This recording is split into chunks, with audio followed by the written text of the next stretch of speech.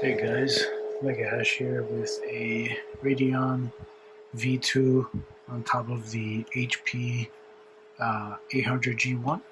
I tried to set up two of them to see if it worked. Looks like one of them does work. And look at here, we can see that it's reading the Radeon, but we only see one GPU. It's currently connected via this USB riser.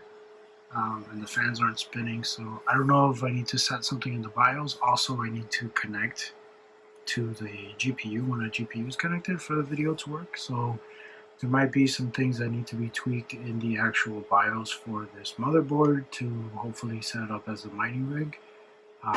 So we're going to test a few things. Okay, so this is pretty exciting. The reason why this video card wasn't turning on was because I didn't push the plug all the way in, so it wasn't getting enough power. And now that we did that, we are now seeing two video cards here. We got two Radeons there, and there's something in the BIOS where I can change the setting of what's the primary video card. So we got the Intel onboard video card being the primary. I'm going to see if I can set up Ethernet to this test rig, and then we'll do some more testing after that. All right, cool. Hey guys, welcome back to the Mega Hash channel, and it's been a while since I recorded my last video, but here is the final saga here. Maybe perhaps there'll be another video or some videos to talk about the HP EliteDesk 800G1 as a good cheap mining rig motherboard. So this was my intention for buying this was to kind of set it up as a test rig so I can test the card and optimize it and that stuff, but I ended up buying some more GPUs at a really good price, so I'm just gonna end up setting this up as another mining rig. And what we have here is a Radeon 7 that's actually doing 100 mega hash right now. So I can make a video on how I got that. I know Red Panda Miner has one. There's a few tweaks.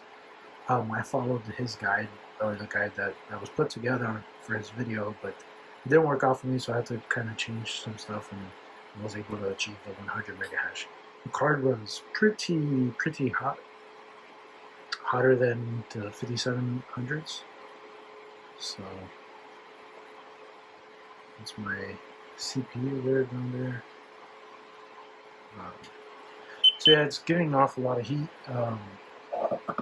And just a reminder, I'm running it on a server power supply with a breakout board to a Pico. Then that Pico gets converted to this thing for the actual HP G1, because the HP G1 doesn't have a 24 pin.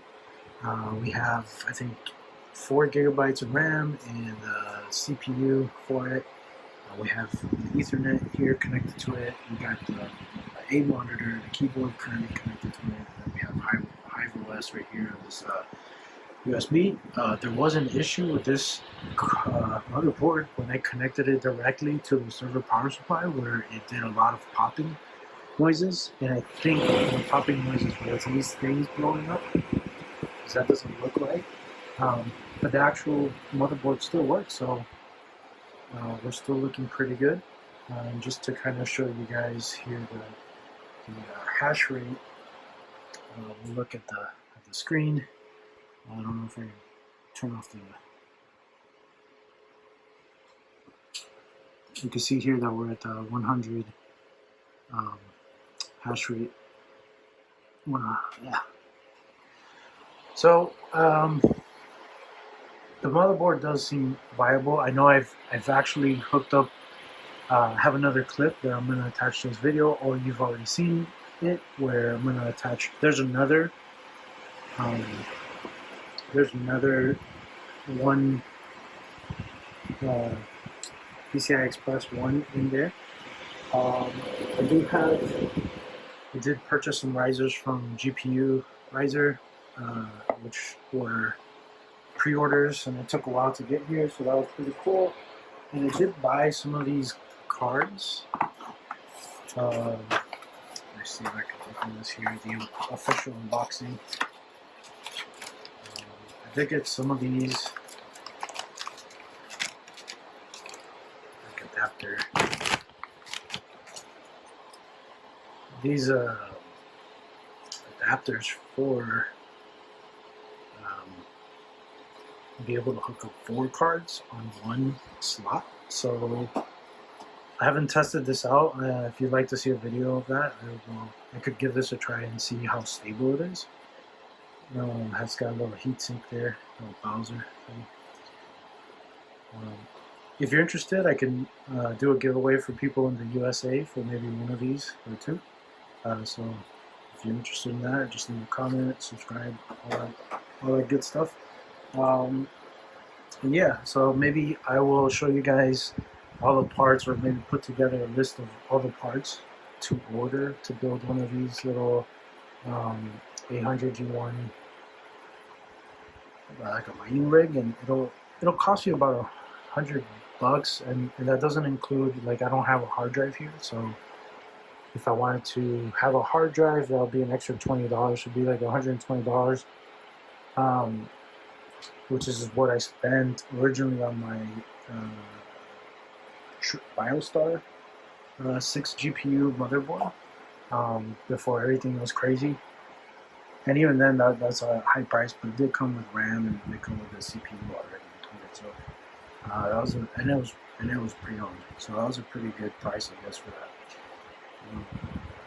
What else we got here? So yeah, we can put a video together for like the parts list and how to shop for it. And we could put, I mean, even the server power supplies are now, like, I got that one for I think under $30 or $30, and now they're like almost $70. So it's just the supply and demand for this stuff. Alright, well, thank you for watching. And yeah, there's a few things with this motherboard that, as a mining rig, I'm trying to figure out. So there was a few issues that I needed to troubleshoot that I could probably make a video about that as well. So if you're into that idea, I could put that together. Alright, see you guys later, or you'll see me later. Peace.